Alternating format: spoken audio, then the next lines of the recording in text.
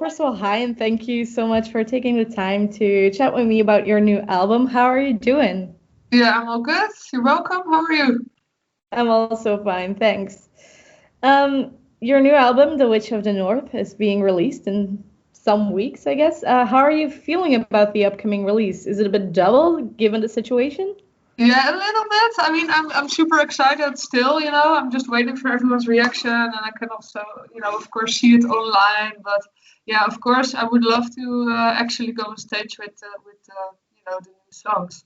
But okay, until that time, it's all digital, so it's okay. This is the second album with you as a singer. Do you feel like with this second release you grew even more into your role, and did it have an effect somehow on the whole album? Yeah, I think it got a bit more natural because I mean, I heard a lot of people like, "Oh, you did something different with your vocals." I was like, I don't know. I mean, some people think, it's okay. It's just I think it's because the voice, right? This question, I don't know. I'm not sure why you're. I'm just curious. Anyway, but yeah, I mean, it got a bit easier. I felt it when I got out of the recording room. I actually felt that my voice was slightly less tired than last time. Of course, you work very hard and you're sometimes 8 hours in the studio, really working with just small breaks for eating and coffee and stuff like that. But I felt like it was a bit more easy on my voice now. So in that aspect, I certainly got more used to it. Yeah. But I think for the team we chose and for the lyric writing, I'm not sure. I mean, I kind of, I was already, I've always been writing for about metal stuff or something. I've never been doing anything else, so that's for me was kind of the same, I guess. But Yeah. This is also the first album with with your new guitarist. So yeah. how has the process been for her? Was she a lot already involved in the songwriting? Yeah, I mean, Romana writes the most anyway, so nothing really changed a lot, but it was now easier to record together. So Larissa and Romana, they could be together in one room to record guitars together, so that was nice. So I don't know. Yeah, I mean, if you hear something changed, you heard something changed, right? But for me, the biggest change actually still comes from the team we chose this time. I don't really feel like anything else really changed or something, but yeah, it's discussable. But you Yeah. have to be specific for me, so I can say, yeah, maybe. Yeah. Do you mean then more like the production team that you chose, with Schmier and such? Yeah, that was also the same. I mean, yeah, okay. We the difference was now actually Lala recorded with Crim drums, and they're a little bit more stiff in material, so they sound a bit more, with a bigger attack. I really like that. Mhm. And yeah, yeah, maybe you heard it. I'm not sure in how much detail you want to go, but there's also a different compressor now on my vocals, and for me, I really like it because it also meant that during recordings I didn't have to be super alert about how close I was recording to the microphone or how loud I was singing actually, because I always have a lot of that dynamics in my voice. On not every sentence, but there are some sentences where I go from not that loud to super loud, and then it gets difficult, and then the compressor makes a big difference. But yeah, it changes the sound, but I also like the new sound. So I know that you as a band, you've always been kind of a productive, especially considering releasing new music, but I was surprised to have a new album this soon, and I was Yeah, wondering if the pandemic had anything to do with that. I think it did. I mean, we probably could have found a bit of time writing a new album, but yeah, we also, if the pandemic wouldn't have been there, we wanted to tour a lot. And if you're always on tour, it gets very difficult to really focus. So now it actually has been nice that we could sit down and focus, and we didn't have anything else to do anyway. So yeah.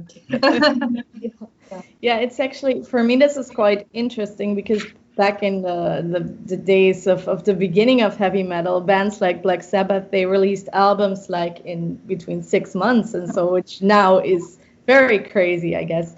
But do you feel like having such little time between album releases, did that kind of spark your creativity more? I actually, yeah, I mean, it was still not close enough to stay in a flow. I would say if we would be done, recording the album, I would actually have to start within a month to actually stay in this flow. So for me, it's always the hardest to actually get started. But once I get started, it's okay. And it really helped that we chose the Norse mythology team, and actually we worked from the idea Witch of the North, and we everything is a little bit built around that, so that really helped. I also really like to get inspired by these old stories, so yeah, it was cool. Yeah. So when you're talking about the theme of the record, how do you guys usually pick a theme? Does it involve like a lot of reading or...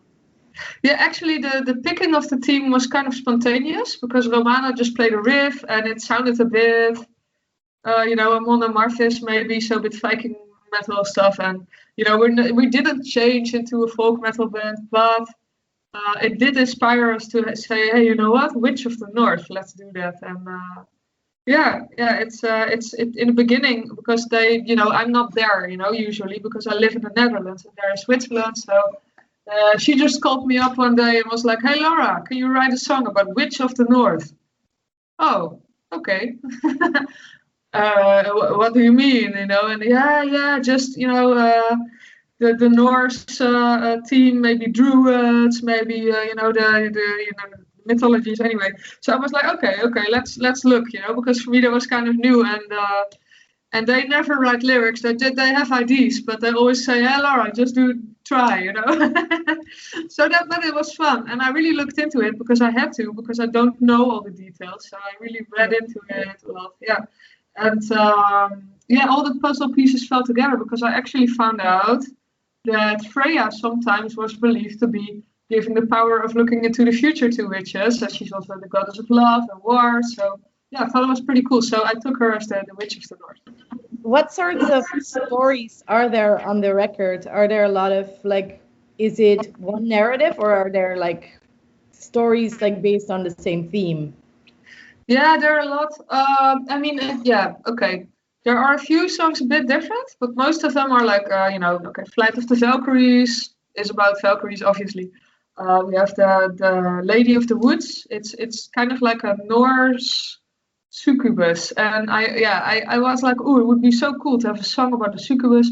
Does it exist in this mythologies from the Viking age? And it did. There's like a lady that would be living in the woods, so Lady of the Woods, or forest temptress, or whatever you want to call it. So, and she would have a cow's tail, but for the rest she would be kind of human, So she would try and tempt a guy to just live with her. But yeah, if that guy would say no, then he probably would end up dead. So yeah.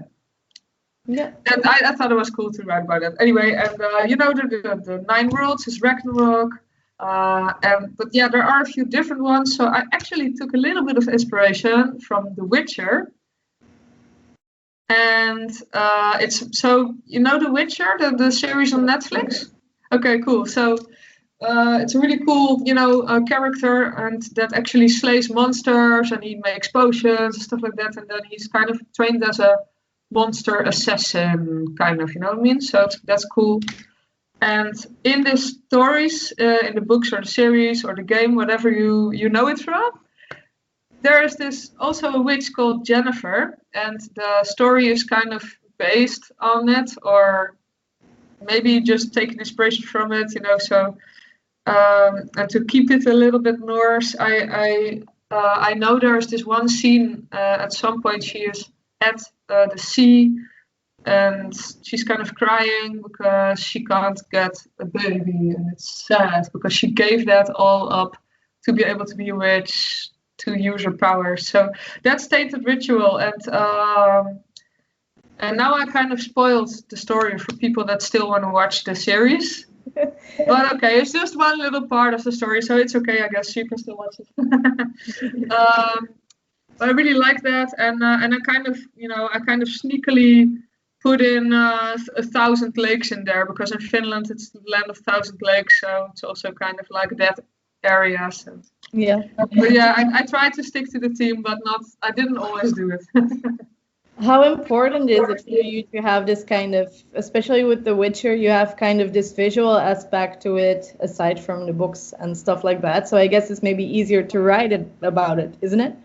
Yeah, I like that. We totally all got kind of, we agreed really with the theme that it would be like frosty and snowy and cold. And yeah, so yeah, definitely. Also, when you released the first single, that was The Circle of Five, I think, and it was also when you announced Larissa as a guitarist. I was wondering if that song has some kind of symbolism for you as a band, because it felt kind of like our circle is complete now, this kind of moment.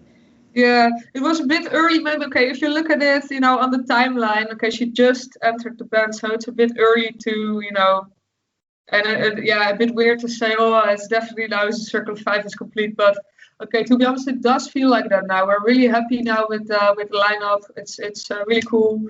Yeah, so it does feel like that now. Maybe that was a bit early to really say, you know what I mean? But now it definitely does. But we kind of did it also for the fans, because if there's a lineup change, it's always kind of sad also for the fans, and you just want to show, hey, we're okay, So it's kind of written for the fans to show, we're doing fine, But to be honest, yeah, it does feel like that, yeah. Yeah. Was that maybe we also have like this power to look into the future a bit, and say, hey, we're all right now. We're the Circle of Five. This is it now for the next 10 years. You know what I mean? At least. Does a lineup change like that? Does it give you a certain new energy as well to go into the songwriting and such? Well, what is really cool from Larissa, she actually, for example, really loves Judas Priest. One of her favorite bands. And I heard a guy in some interviewer said to me that actually he heard there were more, harmonized guitar lines, and they do that a lot in Judas Priest. Maybe that's maybe it did work a bit, because it always changes slightly when a new person comes in with other ideas. And Romana writes the song structures, but everyone just puts their instrumental parts in there. You know what I mean? So yeah, it could be. And I mean, I did hear subtle differences maybe that also helped writing the songs a bit different. And I mean, one thing we of course kind of also agreed upon before writing, I didn't tell, I didn't tell you yet, I will tell you now. We decided before we started writing the songs, we also decided, you know what, we're going to do some songs with a bit more storyline, epic storyline based. So a little bit more dynamic and complex maybe than the last album, the previous album. And we really love that. And I heard when Larissa sent in some solos, I sometimes heard she wanted to also put her, her direction of feeling there with the melody line or something. And I think maybe this, because you never know up front when you start with writing with a new person. But I think for next album we could kind of use that, because she has actually really cool, you can really feel the solo melody pull you to a certain vibe sometimes.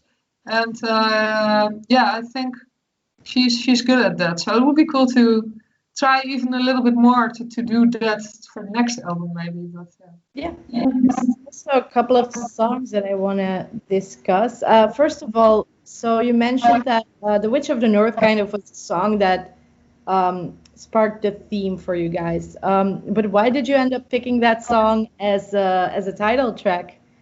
Yeah, because it kind of is where the whole idea for the album started. So we wanted also to have that as the album title, because it kind of, it gives you the idea that it is actually a themed album. And we did it with Hexenhammer, of course, and we wanted to do something like that. So that's why we chose that. I kind of, if you think of the North, you already think of coldness. Okay, in summer it can be warm, I know, but you think of maybe a little bit of more snow and this vibe, the culture. I also really like the Lady of the Woods song. Is there anything you can tell about that song? Yeah, so that's the song that I think explained really shortly. It's like the Viking succubus. Yeah. So that one.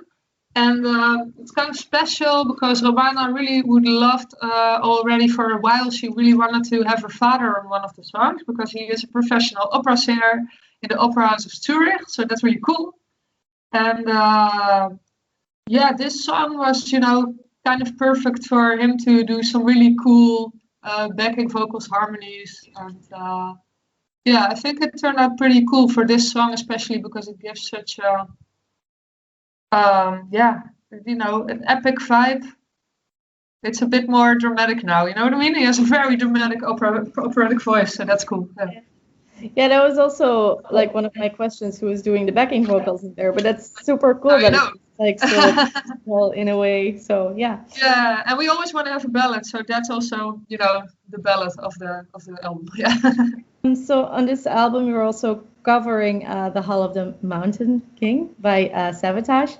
Why did you end up picking that track?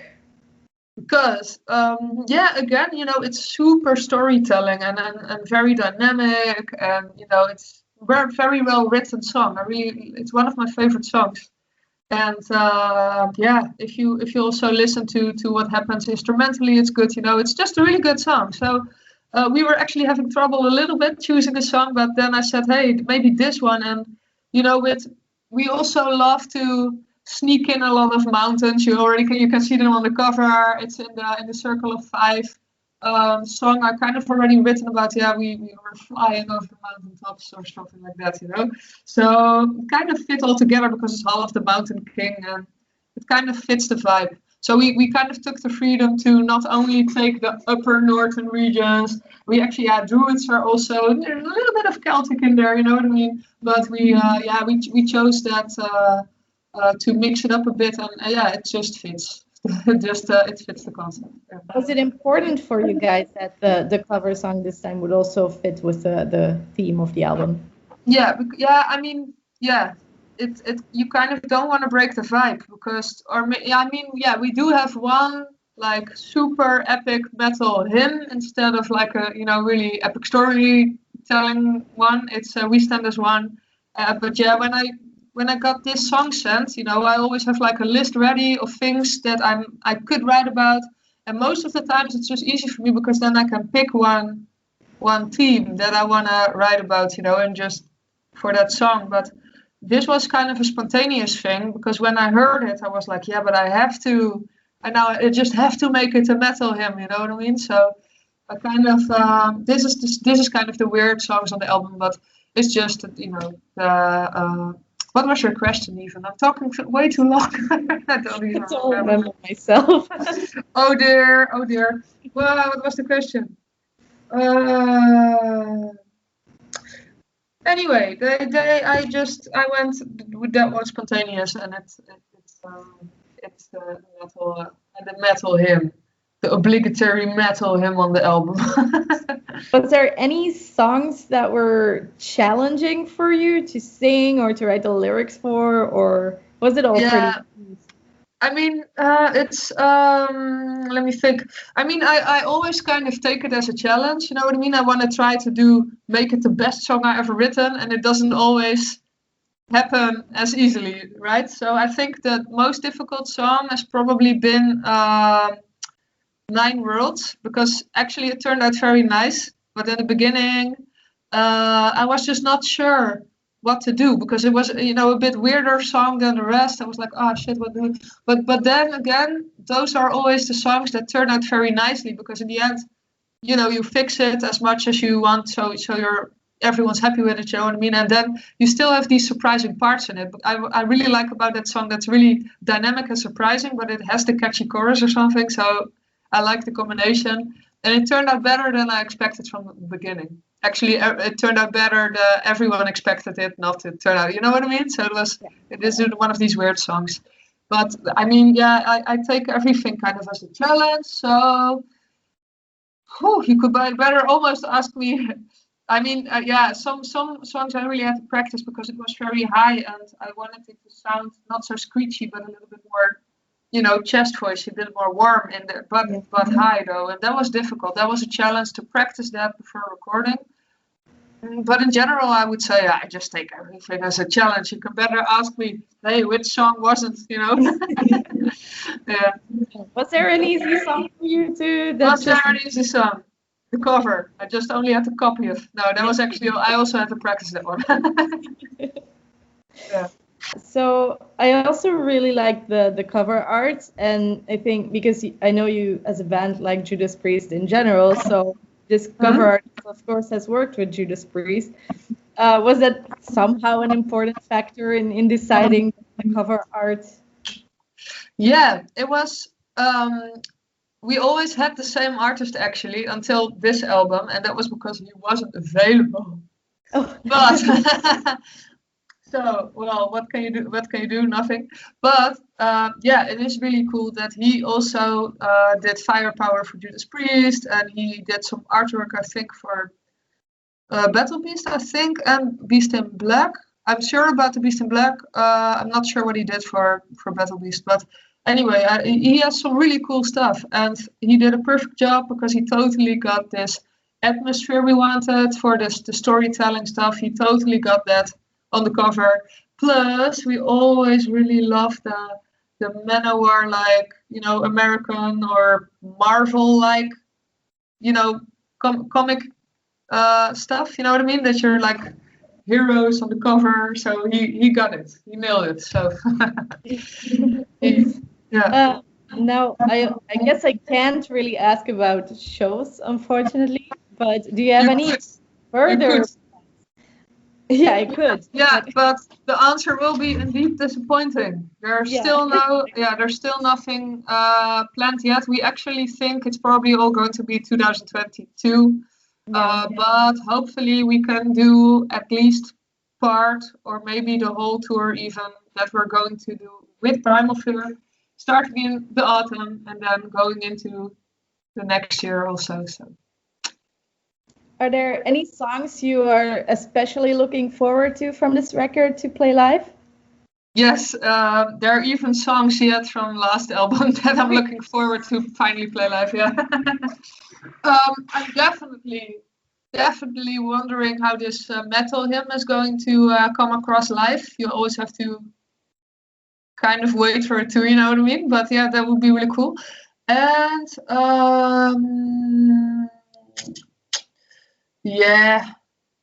yeah, actually, I'm most excited about that one because I'm hoping everyone will sing along.